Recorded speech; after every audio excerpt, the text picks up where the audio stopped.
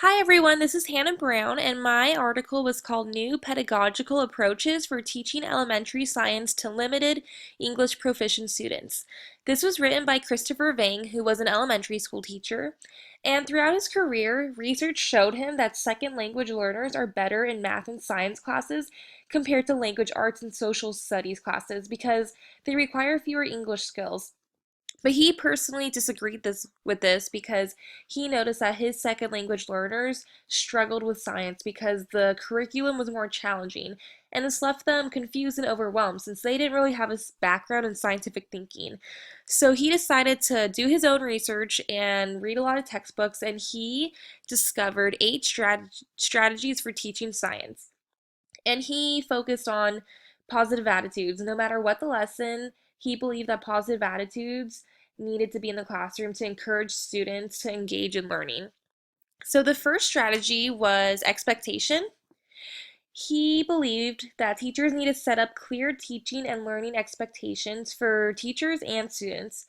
He said that even if a student is learning differently and has a different language level, he believed that all students should aim at the same learning expectation. The second strategy is engagement. So he began every science lesson with an intriguing idea or question, and this sparked all of his students' curiosity.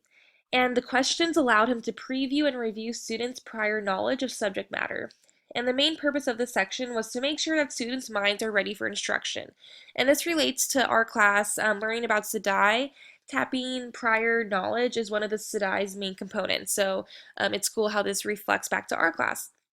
The next strategy is exploration. So teachers should explore things they will be learning within the lesson, and this is a chance for students to discover new ideas. And it also focuses on critical thinking.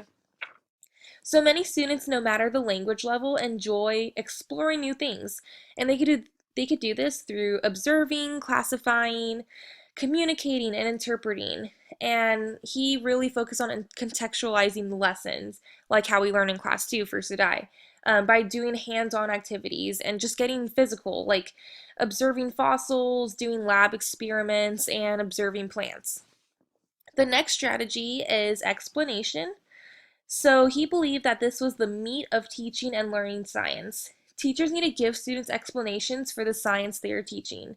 And he really, really encouraged students to ask any questions to clarify any confusion. He really wanted to clear up any confusion for his students. The next strategy is elaboration. So if students don't comprehend subject matter, then this stage is the time for teachers to go deeper and to elaborate.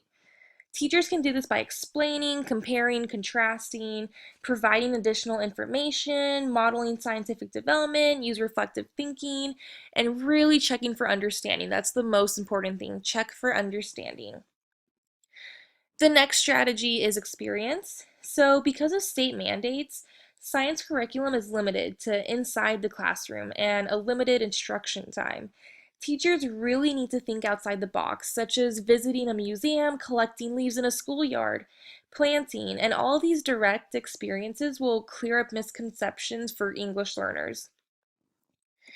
Next strategy is enjoyment. So if teachers use creativity in their classrooms, then their students will be filled with excitement and enjoyment in science, and this will result in them being deeply engaged. So scientific activities, they can be dirty, sloppy, stinky, messy, and teachers can turn these characteristics into a really, really fun lesson for kids with a lot of interaction and academic language development. And enjoyment in classroom can provide high motivation for learning, and this will result in students wanting to learn for themselves, not just because they have to.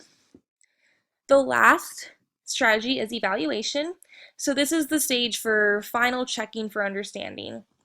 And so Vang, he believed that people need to stay away from memorization tests and chapter review tests, and instead he wanted teachers to make his own test. So that's what he did. He made his own test, which really focused on demonstrating students' level of comprehensions.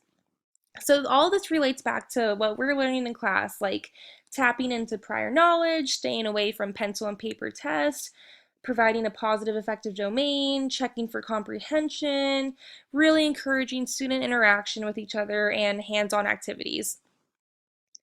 And so, a strategy that can relate to this article is doing a prediction activity like anticipation and reaction activity. So, if you're teaching science to elementary kids, you could do this with, let's say, teaching igneous, sedimentary, and metamorphic rocks. So, a lot of kids don't know the difference between these rocks before they learn about it. So, a teacher can put pictures of them up on a slide or pass them around the room, and students can just guess, is this a sedimentary rock? Agree or disagree? And then they'll learn the lesson, talk about it amongst their classmates, and then after, they're going to review and see what they learned and what worked for them and or not. Another strategy is for review is stir the class. So after the students learn about these rock types, they could get into groups, small groups of four, and the teacher can pass around the rocks or have them up on the PowerPoint, and students can discuss with each other, is this a metamorphic rock? Why or why not? And they'll come to an agreement, and they'll explain to the class their answer. So this concludes my article analysis. I really hope you all read it, especially multiple subject students like me. Like, we all have to teach science, and this has a lot of great ideas, and it's really helpful.